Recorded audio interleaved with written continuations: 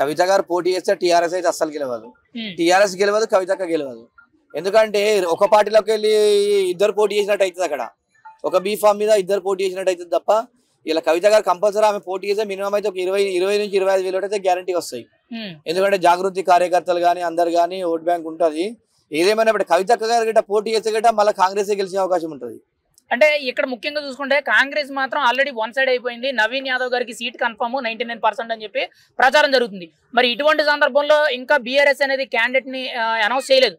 Announce చేయకముందు ఇటు కవిత గారు నేను రంగంలో దిగుతానని చెప్పి కొన్ని సూచనలు వస్తున్నాయి కదా, ఎటువంటి పరిణామాలు చోటు చేసుకుంటే జూబ్లీ హిల్స్ అంటే ఆమె పోటీ చేస్తే ఇండిపెండెంట్ గా చేయాలి, ఏదైనా పార్టీ పెట్టని చేయాలి. ఎందుకంటే పార్టీ అంటే ఇప్పటిపట్ల పార్టీ పెట్టి రిజిస్ట్రేషన్ చేసి అంటే కాదు, ఏదేమైనప్పుడైనా జాగృతి ఇండిపెండెంట్ గా చేయాల్సి వస్తుంది. ఇండిపెండెంట్ గా చేస్తే గట్ట అధికార పార్టీ అనేటువంటి కాంగ్రెస్ గెలిచే అవకాశం ఉంటుంది. ఎందుకంటే ఇక్కడ కవితక్క గారు కొత్తగా ఇక్కడ ఈ ప్రాంతానికి, ఎందుకంటే ప్రాంత ప్రజలకు కానీ ఎప్పుడు కూడా ఒక సేవ చేయలేదు, ఇక్కడ ఏం కూడా చేయలేదు కాబట్టి ఇక్కడ ఆమెకు గెలిచే అవకాశాలు చాలా తక్కువ ఉంటాయి. అంటే జాగృతి వ్యవస్థకు సంబంధించిన కార్యకర్తలు అభిమానులందరూ కూడా కవిత తన పవర్ ఏంటో చూపెడుతుంది, తన సత్తా ఏంటో చూపెడుతుంది, జూబ్లీ హిల్స్ ఎన్నికల్లో ఖచ్చితంగా గెలుస్తుందని చెప్పి అభిమానులందరూ కూడా చెప్తున్నారు.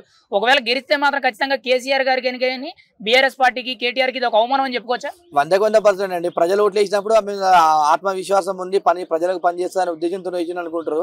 ఎందుకంటే వాళ్ళు చూసుకుంటే గిట్ట కవిత గారు గిట్ట గెలిస్తే గిట్ట అందరికి దెబ్బని టీఆర్ఎస్ పార్టీలు ఉన్న అంటే చేసేటువంటి నిజం కవిత గారి దగ్గర నిజం ఉందని చెప్పేసి కూడా ప్రజలు నమ్ముతారు. అన్ని రాజకీయ పార్టీల వాళ్ళు కూడా మంచి నిర్ధారణ చేసుకుంటారు. అయితే గత నెలన్నర కిందటే చూసుకుంటే బీఆర్ఎస్ పార్టీ అనేది టీడీపీతో పొత్తులో వెళ్ళబోతుంది అని చెప్పి ఒక వార్త సంచలనం అయింది. అంటే కేటీఆర్ గారు నారా లోకేష్ గారిని పర్సనల్ గా మీట్ అయ్యారు సీక్రెట్ గా అని చెప్పి ఒక వార్త వచ్చింది. అంటే బీఆర్ఎస్ బలహీన పడ్డదా, పొత్తు కోసం ప్రయత్నం చేస్తుందంటారా?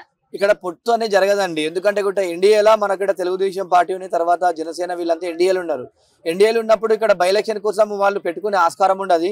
ఏదేమైనప్పటికీ కూడా వీళ్ళు వేరే పార్టీలతో పొత్తు తీసుకోరు టీఆర్ఎస్ వాళ్ళు. ఎందుకంటే చూసుకుంటే మనం చూసుకుంటే నిన్న ఉపరాష్ట్రపతి ఎన్నికల్లో కూడా వాళ్ళు పాల్గొనలేదు.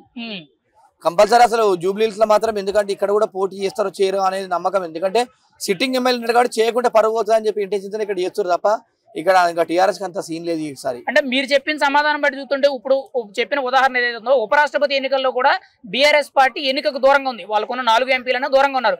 అటు కాంగ్రెస్ పార్టీ అభ్యర్థికి ఇటు బీజేపీ పార్టీ అభ్యర్థికి ఇద్దరికి సపోర్ట్ చేయకుండా సైలెంట్ గా ఉన్నారు.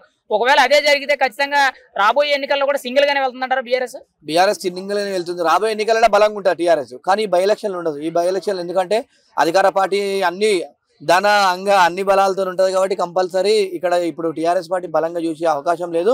కానీ ఒకవేళ కవిత గారు గిట్ట ఇక్కడ పోటీ చేస్తే కొంచెం టఫ్ ఫైటే ఉండే అవకాశం ఉంటుంది. ఎందుకంటే బీఆర్ఎస్ ఓటు బ్యాంక్ అనేటప్పుడు కవిత గారికి మళ్ళీ అవకాశం కూడా ఉంటుంది. ఎందుకంటే పార్టీని దక్కించుకోవాలంటే అరే కేసీఆర్ బిడ్డనే కదా, పార్టీలు మన ఓట్లు ఈమెకి ఎందుకు వేయడం అని చెప్పేసి ఇటు కూడా వేసే అవకాశాలు ఉంటాయి.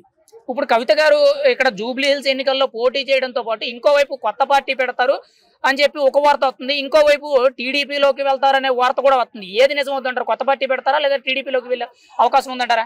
టీడీపీలో వెళ్తే గిట్ట కొంచెం కార్యకర్తల బలం ఉంటుంది. ఎందుకంటే ప్రతి గ్రామంలో ఒక 10 మంది కార్యకర్తలు 5 మందో అభిమానం ఉంటారు, ప్రతి రాష్ట్రం మొత్తం అట్లా ప్లస్ పాయింట్ అవకాశం ఉంటుంది. ఎందుకంటే సొంత పార్టీ పెడితే కొద్దిగా ఇబ్బందికరంగా ఉంటుంది. ఎందుకంటే వీళ్ళు ఒక ఇంట్లోనే 2 పార్టీలనే ప్రజలు కూడా ఈ 2 పార్టీలు ఏందని ఇంకా మిగతా ఆల్టర్నేట్ గా 3వ పార్టీని చూస్తారు.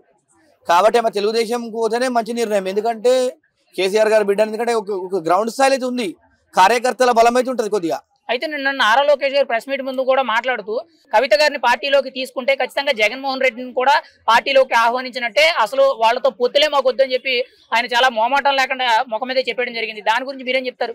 రాజకీయంలో ఉన్నప్పుడు 100 అంటారండి. ఎందుకంటే ఇప్పుడు పొత్తు కుదిరేదాకా కూడా లేదు. ఇవాళ మనం చూసుకుంటే ఎన్డీఏతోని తెలుగుదేశం గవర్నమెంట్ కలుస్తారని మనం ఏ రోజు కూడా అనుకోలేదు. కానీ ఇలా చూసుకుంటే గిట్ట వాళ్ళు పొత్తు అయిపోయారు, అధికారం తీసుకొచ్చుకున్నారు. ఏదేమైనప్పటికీ రాజకీయ మాటలు మీద చెప్పడం వేరు, లోపల ఇంటర్నల్ గా వేరుంటాయి.